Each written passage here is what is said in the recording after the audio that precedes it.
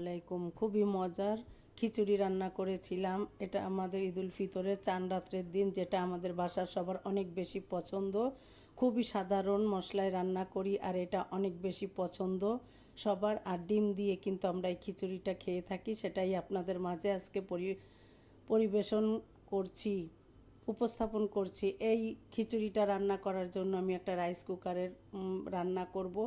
এতে আমি 1 কাপ পরিমাণ তেল দিয়ে, তেলটা গরম হয়ে আসলে এখানে আমি দিয়ে দিলাম গরম মশলা, তেজপাতা, এলাচ একটু ভেঙে, আর 1.5 কাপ পরিমাণ পেঁয়াজ দিয়ে দিলাম। পেঁয়াজটাকে একটু লাল করে ভেজে নিয়ে এখানে আমি আদা রসুন বাটা দিয়ে দিলাম। আদা রসুন বাটাটার কাঁচা গন্ধ যাওয়া পর্যন্ত আমি খুব ভালো করে একটু ভেজে নিব পেঁয়াজের সাথে। আর এখান থেকে আমি কিছুটা বেরেস্তা তুলে রাখবো। খুব ভালো করে একটু ভেজে নিলে আদা রসুনের কাঁচা গন্ধটা চলে গেলে এখানে আমি সামান্য একটু পানি দিয়ে আমি একে একে যে মশলাগুলো খিচুড়িতে ব্যবহার করব এগুলো দিয়ে দিব। প্রথমে দিয়ে দিলাম স্বাদমতো লবণ, হলুদের গুঁড়া, লাল মরিচের গুঁড়া, মরিচটা আপনারা আপনাদের স্বাদ অনুযায়ী দিবেন, ধনিয়ার গুঁড়া, ভাজা জিরার গুঁড়া দিয়ে খুব ভালো করে কষিয়ে নিলাম। খুব ভালো করে মশলাটাকে কষাতে হবে তেলটা উপরে আসা পর্যন্ত। আর আজকে কিন্তু আমি খিচুড়িতে কোনো আলু ব্যবহার করব না। এখানে কিছুটা কাঁচা ঝাল ফালি করে দিলাম। আর এখানে ছোলার ডাল 1 কাপের মতো আমি ভিজিয়ে সিদ্ধ করে নিয়েছিলাম, এটা আগে দিয়ে দিলাম। দিয়ে এবার আমি আরও কিছুটা মুগ ডাল, 1 কাপ পরিমাণ মুসুরির ডাল, আর এখানে আমি নিয়েছি প্রায় 1.5 কেজি পরিমাণ চাল। 3 পট ডালে 6 পট চাল নিয়েছি। নিয়ে ভালো করে কষলে ধুয়ে পরিষ্কার করে পানি ঝরাতে রেখে দিয়েছিলাম। এটা এবার আমি এখানে দিয়ে খুব ভালো করে নাড়াচাড়া করে একটু কষিয়ে নিচ্ছি। খুব ভালো করে কষিয়ে নিয়ে এবার যখন খুব ভালো করে চালটা ভাজা হয়ে গেল, এই পর্যায়ে আমি ফুটানো পানি দিয়ে দিলাম। চালের দ্বিগুণ পরিমাণ পানি দিয়ে খুব ভালো করে নাড়াচাড়া করে এখানে আমি গরম মশলার ভাজা যে গুঁড়াটা থাকে এটা এখানে দিয়ে নাড়াচাড়া করে দিলাম। নাড়াচাড়া করে এবার ঢাকনা দিয়ে আমি জাল করে নিব। আমার চালটা সিদ্ধ হয়ে আসা পর্যন্ত আমি এখানে একটু লবণ কম মনে হয়েছে, আর কিছুটা লবণ এখানে আমি অ্যাড করে দিলাম।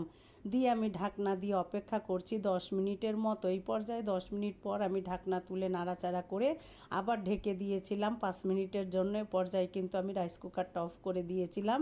আমার পানিটা কিন্তু পুরোপুরি টেনে এসেছে। এবার আমি উল্টে পাল্টে ভালো করে মিশিয়ে নিচ্ছি। উপরের চাল নিচে, নিচের চাল উপরে, এভাবে আমি মিশিয়ে নিয়ে ঢাকনা দিয়ে আবার কিছু সময় রেখে দিব। আর উপর থেকে আমি একটু বিরিয়ানির মশলাটা দিব। এতে খিচুড়িতে খুব সুন্দর একটা ফ্লেভার অ্যাড হয়।